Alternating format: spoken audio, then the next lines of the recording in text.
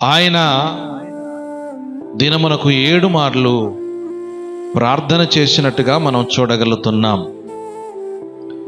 ఈ రోజున నీవు దావీదులాగా అంత చేయకున్నా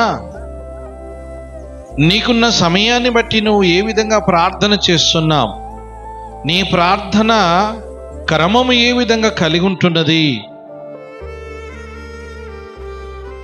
అందరూ దావీదు మహారాజులు కానవసరం లేదు. ఒకవేళ ఆయన 7 మార్లు చేశాడు కదా, నేను కూడా చేయగలుగుతాను అంటే అది నీకున్న సమయం, అది నీకున్న సమయం. చేస్తే నీకే నువ్వు ఆత్మీకంగా ఎదగలుగుతావు. ఆయన ఏ విధంగా ప్రార్థన చేసినట్టుగా మనం చూస్తున్నాం. మరి ఏలియా ఆయన